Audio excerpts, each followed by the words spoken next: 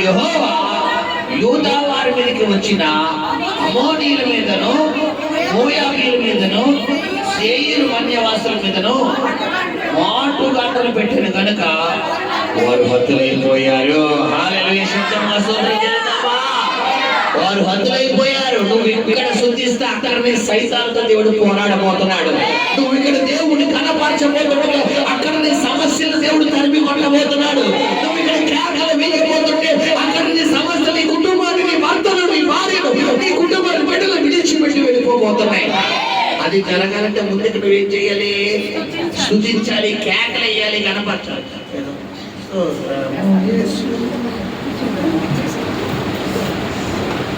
ఎలా కొట్టేవాళ్ళు చెప్తాను కదా, ఒక్కనే ఎలాగంటాలి అంతేనా?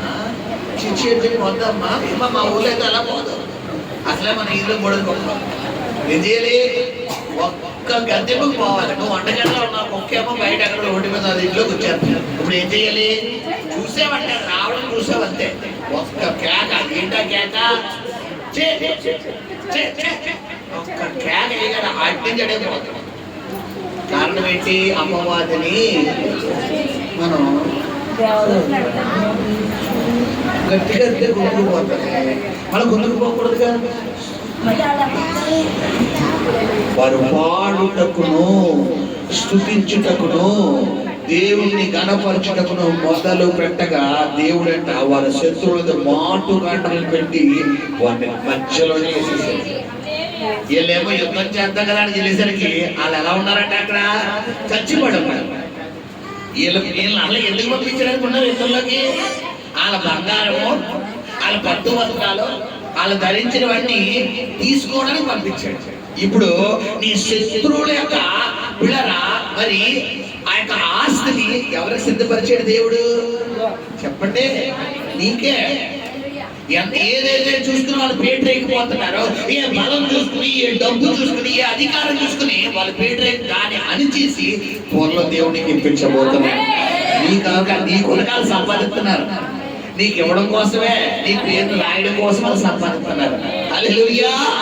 కాబట్టి నువ్వేం చేయకూడదు? భయపడవద్దు, ధైర్యంగా ఉండదు. హల్లెలూయా. పడదమా? హల్లెలూయా. స్తోత్రాలు స్తోత్రాలు స్తోత్రాలయ్యా, స్తుతులు స్తుతులు నీకేనయ్యా. స్తోత్రాలు స్తోత్రాలు స్తోత్రాలయ్యా, స్తుతులు స్తుతులు నీకేనయ్యా. స్తోత్రాలయ్యా, స్తుతులయ్యా, స్తుతులయ్యా.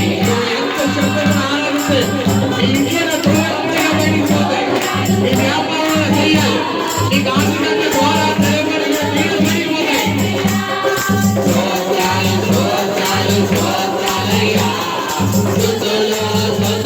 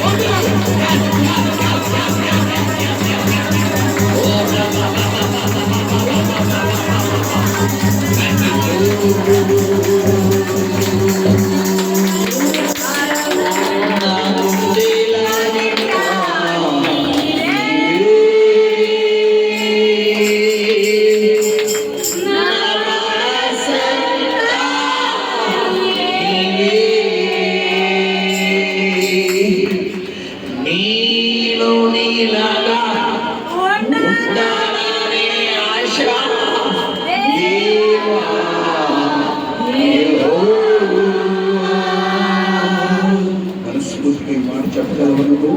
నాకు వద్దయ్యా లోకం, లోక స్నేహాలు వద్దయ్యా, లోక సాంగత్యం వద్దయ్యా. యాకోబు చెప్తున్నాడు, లోక స్నేహం దేవుడితో వైరమని. నువ్వు లోకాన్ని ప్రేమిస్తే యేసయ్యను ప్రేమించలేదు. నువ్వు లోకాశ్రయ ప్రేమిస్తే యేసయ్యను ప్రేమించలేవు. నువ్వు ఎంత ప్రేమిద్దామనుకున్నా నీ వల్ల కాదు. ఎందుకంటే లోకానికి దేవుడికి సంబంధం లేదు. వెలుగుకి చీకటికి పొత్తు ఎక్కడ అంటున్నాడు ఆయన. లోకం అంటది సినిమా చూడు, లోకం అంటది సినిమా పాటలు పాడు, లోకం అంటది కామెడీ చూడు, లోకం అంటది షాపింగ్కి వెళ్ళి, లోకం అంటది పాపము చెయ్యి, పాపము చూడు. బట్ దేవుడు అంటాడు పరిశుద్ధంగా ఉండు, ప్రార్థన చేయి, వాక్యం చదువు. నువ్వు లోకాన్ని ప్రేమించే వ్యక్తిగా ఉంటే నేను అంటున్నాను, యేసయ్యను నువ్వు ఎట్టి పరిస్థితుల్లో ప్రేమించలేవు. ఆయన ప్రేమించేవారు ఆయన ఆజ్ఞను గైకొంటారంటున్నాడు దేవుడు వాక్యం. మొదటి యోహాను పత్రిక 2వ అధ్యాయం 1వ వచనం, నన్ను ప్రేమించువారు నా ఆజ్ఞను గైకొంటారంటున్నాడు. ఈరోజు ఆయన ప్రేమిస్తున్నావా? నువ్వు ఆయన ప్రేమిస్తేనే లోకాన్ని విడిచిపెట్టగలవు. ఆయన ప్రేమించాలి అంటే ఆయన ఆజ్ఞలు గైకొనాలి, ఆయన వాక్యానుసారంగా జీవించాలి. పేరుకి ఏదో ఒక పాట పాడేస్తే, ఏదో ఒక కీర్తన చదివేస్తే నీ భక్తి అయిపోయింది అనుకుంటే సాతానుని ముసుగులో దాశాడు. సాతానుని ముసుగు ఏదో నమ్మకాంతమైన భక్తి పరిశుద్ధిగా నీకు ఉండాలయ్యా. చాలు ఇక నాకు లోకం వద్దు, లోక స్నేహం వద్దయ్యా. అయ్యా ఫ్రెండ్స్ వద్దున్నాయి, అయ్యా నేను దూరం చేసే సహవాసం ఫోన్ కాల్స్ నాకు వద్దయ్యా. నీకు దూరంగా తీసుకెళ్ళిపోయి ఆ యొక్క మనుషులు నాకు వద్దున్నాయి. నీతో నేను ఉంటానయ్యా, నీతో స్నేహం చేస్తాను, నీతో మాట్లాడతాను, నీ సన్నిధిలో నేను ఉంటానయ్యా అని నువ్వు చెప్పగలిగితే దేవుడు చెప్తున్నాడు. ఆయన నీతో పాటు నీ గృహానికి రాబోతున్నాడు, నీతో పాటు ఇంట్లో అడుగు పెట్టబోతున్నాడు, నీతో పాటు నీ భర్త, నీ భార్య, నీ బిడ్డల జీవితంలో అడుగు పెట్టబోతున్నాడు. దేవుడు చెప్తున్నాడు 2వ దినవృత్తాంతాలు 20:21 వారు స్తుతించుటకును పాడుటకును ప్రార్థించుటకును మొదలు పెట్టగా శత్రువుల మీద మాటుకాటలను పెట్టిన దేవుడు ఆల్రెడీ నువ్వు స్తుతించిన స్థుతికి, నువ్వు చేసిన ఈ దిన ఆరాధన నీ ఇంట్లో దెయ్యాలు దేవుడు తరిమేశాడు. మరలా నువ్వు వాటి ఆహ్వానం కలిగితే తప్ప అవి నీ దరిదాపులో నీ జీవితంలోకి రావు. నువ్వు ఇదే ఆరాధనలో ఇంటికి వెళ్ళు, తప్పకుండా దేవుడు ఈ వారిలో అద్భుతం చేయబోతున్నాడు, ఈ వారిలో అద్భుతం చేయబోతున్నాడు, గొప్ప కార్యం చేయబోతున్నాడు.